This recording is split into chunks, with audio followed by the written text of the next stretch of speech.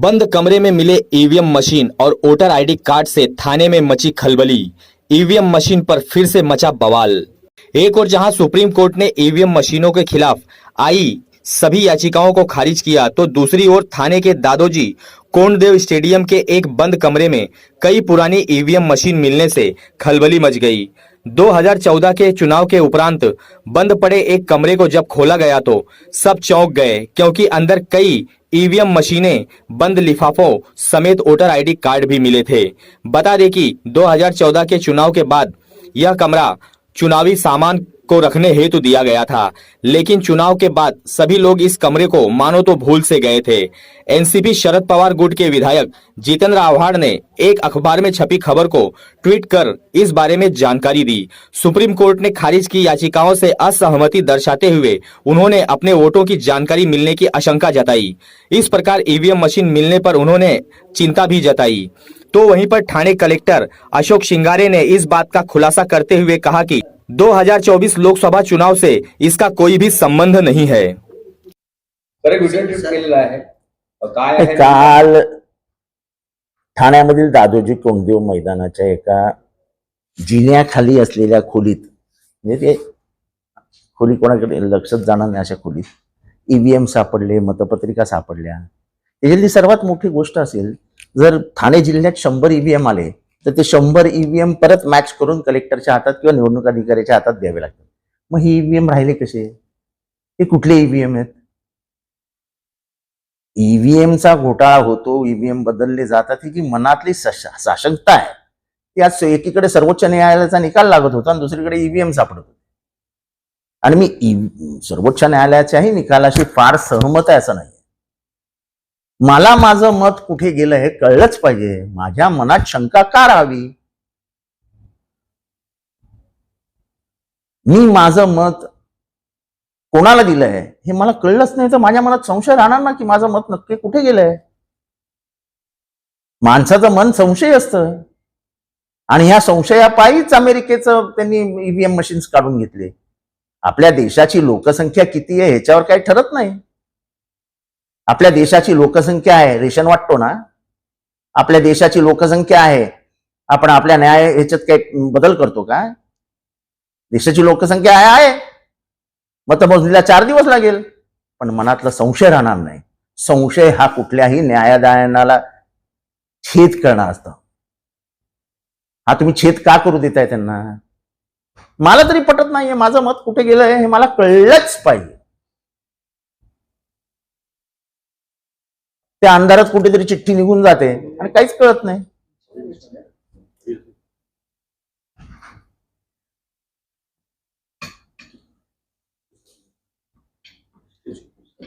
तर याच्यामध्ये तरी यानंतर वापरण्यात येणार होत्या किंवा काय? आता ते देवाला तक्रार करणार आहात का तुम्ही या संदर्भात? कशाला तक्रार करू? काय होतं इलेक्शन कमिशनकडे तक्रार करून? काय होतं पोलीस स्टेशनला तक्रार करून? इथे मला लॉरेन्स बिश्नोई गँगचा फोन आला, आजपर्यंत एकाही पोलीस अधिकाऱ्याचा फोन आला नाही। म्हणजे केवती गांभीर्याने बघतात ते बघा। ते सलमान खानच्या घरी फोन फायरिंग झालं तर सगळे जाऊन सलमान खानला भेटून आले, कारण का सलमान खान बरोबर फोटो निघू शकतो, माझ्यावर कोण फोटो काढणार आहे? ईव्हीएम मशीन सोबत जे इलेक्टर्स आहेत त्यांचे वोटर आयडी सुद्धा मिळालेले। ते सगळं आता काम ज्याचं आहे त्यांनी करावं। मी लक्षात आणून देण्याचं काम केलेलं आहे। आता त्याला काय पाहिजे ते करावं, कारण का सांगून काय होतच नाही महाराष्ट्रामध्ये आजकाल। वरून आलंय, वरून, तो वरून कोण आहे तो शोधावा लागेल आता। ठाणे महानगरपालिकेच्या दादोजी कोंडदेव स्टेडियम मधील जुन्या आणि वापरात नसलेल्या एका रूम मध्ये निवडणुकीच्या संदर्भातील जुनं साहित्य साठवण्यात आलेलं होतं। त्या संदर्भामध्ये आज एक बातमी प्रसारित करण्यात आलेली आहे।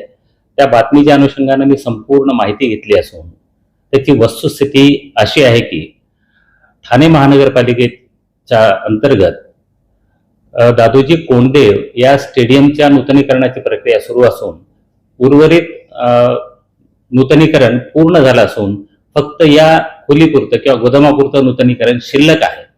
हे नूतनीकरण करण्याच्या अनुषंगानं ही रूम जर त्यात महत्वाचं साहित्य नसेल तर ती रूम ठाणे महानगरपालिकेकडे हस्तांतरित करता येऊ शकेल का, याच्या संदर्भामध्ये ठाणे उपायुक्तांनी आमच्याकडे विनंती केली होती. त्यांनी त्यांच्या अहवालामध्ये असे नमूद केलं होतं की या रूमचा पुढील समोरचा दरवाजा आहे तो थोडासा नादुरुस्त झालेला आहे, तोही दुरुस्त करावा अशी त्यांनी विनंती केली होती. त्याशिवाय ठाणे नगर पोलीस स्टेशनकडून या ठिकाणी गेल्या बऱ्याच वर्षांपासून सुरू असलेला बंदोबस्त सध्या परिस्थितीमध्ये मनुष्यबळाची कमतरता लक्षात घेता, त्यांच्याकडे असलेली मनुष्यबळाची कमतरता लक्षात घेता तो बंदोबस्त जर आत साहित्य महत्वाचं साहित्य नसेल तर तो इतरत्र वापरता येऊ शकेल का अशी विचारणा केली होती. या दोन्ही यंत्रणांकडून प्राप्त झालेल्या विनंतीच्या अनुषंगानं या कार्यालयाने भारत निवडणूक आयोगाच्या प्रचलित पद्धतीचा अवलंब करून या संदर्भामध्ये सर्व राजकीय पक्षांना या संदर्भातली पूर्व सूचना दिली होती.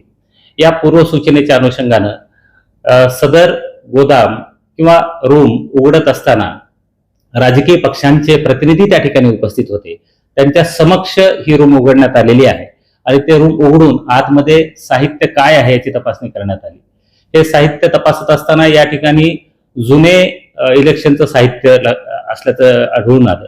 यामध्ये जुन्या ग्रामपंचायत, जिल्हा परिषदच्या इलेक्शन्स किंवा जुनं इलेक्शनचं साहित्य, लिफाफे, प्रोफार्मे असल्याचं लक्षात आलं. यातीलच एका ट्रंकमध्ये काही कंट्रोल युनिट दिसून आले. या संदर्भातला सविस्तर अहवाल माननीय मुख्य निवडणूक अधिकारी यांना सादर करण्यात येत आहे. त्यानंतर ही वस्तुस्थिती लक्षात घेता समोरील मुख्य दरवाजाची दुरुस्ती करून तो दरवाजा परत सीलबंद करण्यात आला आणि तेथील बंदोबस्त पूर्ववत कायम करण्यात आला. या बातमीच्या अनुषंगानं मी हे आश्वासित करू इच्छितो की या जुन्या वापरात नसलेल्या गोदामाचा आणि सद्य परिस्थितीमध्ये लोकसभेच्या अनुषंगानं सुरू असलेल्या निवडणुकीच्या प्रक्रियेचा काहीही संबंध नाही. या संपूर्ण प्रक्रियेचं व्हिडिओ चित्रीकरण करण्यात आलेलं आहे.